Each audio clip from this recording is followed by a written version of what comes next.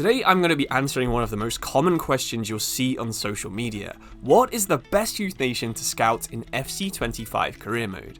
I don't think that this question's actually been answered properly since about FIFA 19, and with the introduction of so many more nations this year, I thought it was about time to expand my experiments worldwide and screenshot thousands of youth players from every region in the game.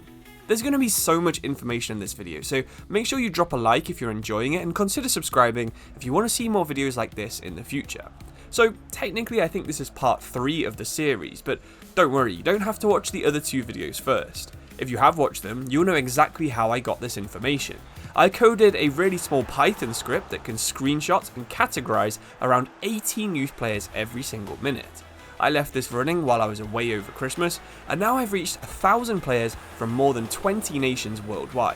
Right, so this is how the video is going to work. I've put one list of nations, which is just European nations, and I've got another rest of the world nations, and we'll run through them from worst to best in both of those rankings, and then find the all-time best. So we're going to be starting off in Europe, and it's a pretty predictable worst nation because it's San Marino. That's right, the worst nation on the world rankings is also the worst nation in Europe. However, it isn't the worst nation in the entire world. I'll tell you about them in the second part of this video, but San Marino is so far behind the average in every single position. The least bad positions to scout are attacking midfielder and striker, but they're still nearly a full point of potential below the worldwide average. Compared to some of the best nations like Germany and France, you're actually going to be wasting around 4 or 5 potential on every single player just by looking in San Marino. Slightly above San Marino, we have Gibraltar and Andorra, and again that's probably expected, but surprisingly low was Scotland. Scotland aren't in a great generation at the moment. I mean, they haven't really produced a world-class player since Andy Robertson played in Scotland back in 2014. Because of Andy Robertson and Kieran Tierney, you might be expecting that left back is the best place to scout in Scotland, but actually, it's the weakest position, with only defensive midfielder coming anywhere near close. In fact, if you scout the average English, Welsh, or Northern Irish left back, they'll have 2 to 3 points of potential more than your average Scottish one. So unless you really want to search for a good Scottish left back, I would suggest looking elsewhere in the British Isles for one of those kind of players. The weird thing about Scotland is that their right wingers were really good though. In fact, only France could produce a better right winger than Scotland. It's a really strange combination, but I guess EA is just a very strange company. Our next nation is better, but it is the worst of the 3 Scandinavian countries. It's Sweden, who also actually have the very best average potential for centre backs in my data. Your average centre back will come through with 74.61 potential, which is easily enough potential to be a starting player in the majority of leagues on FIFA. Even though they're in the middle of a golden generation for strikers, you know, they've got Isak and Gyökeres at front, as well as legends like Zlatan Ibrahimovic and Larsson, Sweden is really not very good at producing strikers in the game. They're actually below the worldwide average at producing strikers, with Egypt, the USA and Trinidad and Tobago all making better attackers than Sweden.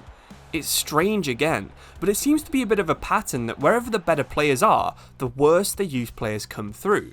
Okay, so you'll probably not be surprised to find out that England, Germany and France are the 3 best nations in Europe when it comes to youth players. Belgium and Netherlands were very close, but in the end couldn't quite compete with these 3. England were the 3rd best on average, where every single player was better than the worldwide average. There was no world-leading positions for England, they produced a steady baseline of good players all across the pitch. However, the same can't be said for Germany. Germany produced the very best attacking midfielders and right wingers in my data. From the 1,250 German players I generated, their attacking midfielders all had on average 75 potential, and their right wingers 74.5. This is so much higher than the worldwide average. In fact, it's 3 points better than just picking an attacking midfielder from the most average nation, which we'll talk about later as well. The rest of their players are close to the average, but if you want a defensive midfielder, centre mid or attacking midfielder, or even a right or left winger, Germany is the place for you. If you want anywhere else, France is the one. They're the best nation in Europe, and spoilers, the entire world. Who would have guessed? From the data that I have, they don't actually produce the best in any specific position, but they're so far above the average in every area that I think they can't really be beaten. The difference between 71 and 73 potential might not even sound that much, but it is huge coming from this data. Simply put, If you're not sure whether to scout San Marino or France, you'll be getting a player with 7 better potential and 4 better overall on average, even if you are only getting the most average players. Just as a word of caution from this data, don't get me wrong, every single nation on the game can produce 99 potential players, and San Marino is actually the nation that produced the most of these. They produced 2 out of their 1,000, whereas every other nation only produced 1. All of the assumptions I'm doing in this video are strictly going from the average overall of the nations, not the peaks and lowest, which are actually very similar. Anyway, that's Europe down, and honestly, I think I've got something that I just have to share. So on 3 occasions, I got a player that I couldn't believe existed. I was just talking about 99 potential players at San Marino, right? Well, this guy was even better, Chris Taylor. See if you can notice what's so weird about him. That's right, his potential range is actually above the limit that potential can go up to. Kazumu Kamanga and Thabit Mohaid also had this exact same thing happen to them. So if you're insanely lucky, I think an 100 potential player might be possible. To put the rarity of these guys into perspective, you've got a 0.018% chance of getting one of them, which is the same as guessing someone's 4-digit phone pin on the very first try. Okay, so now we know that Europe has the best nations in the world. What if you wanted to scout Africa, North America, or South America? Well, Malawi was actually the very worst nation that I found. Even though they had one of those crazy 100 potential players, on average, you're 2 potential below scouting any other nation on the game. It's about where you'd expect one of the poorest countries on earth to be. I mean, the best player they've ever had on FIFA was rated just 71. Just ahead of them, we had Trinidad and Tobago, who have a bit more reputation, but still were below the average.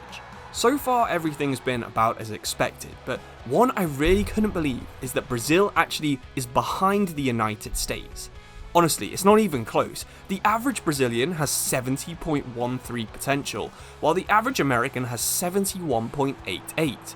Like I said earlier, 2 points might not sound that much, but that's around 3 or 4 crucial stats being a decent amount better for the player you've just scouted. It's the difference between 78 pace and 83 pace on your winger, or your striker only having 66 finishing instead of 72. I think Brazil is a total avoid, which hurts to say. You can't mention Brazil without also talking about Argentina, and really, they're no better. Finding the next Messi is more likely to happen in Baltimore than in Buenos Aires. Both nations are somehow behind the worldwide average. On the other side of the average, we have Egypt, and they're marginally above it. In fact, they were the most average nation that we found. They are 0.04 over the average for potential, and very similar on overall, but yet again, the position that their best player plays, right winger, Mo Salah of course, is also one of the positions they're the weakest at scouting. Egypt isn't really amazing at anything, but if you want an Egyptian player, make sure you're looking at strikers.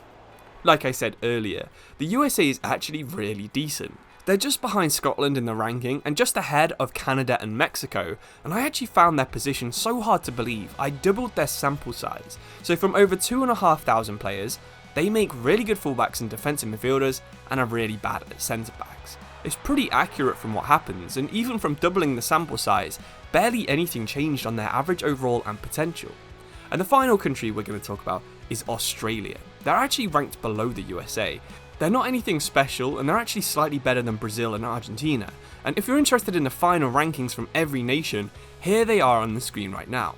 Every single nation on this list had at least 1,000 scouted, but San Marino, USA, Malawi and France had 2,000 or more, and Brazil had 4,000, just to make sure that I was getting them right. Which nation surprises you the most? Is it Brazil being beneath Australia and Scotland, or is it San Marino being half an overall point and only a quarter of a potential beneath the world champions Argentina?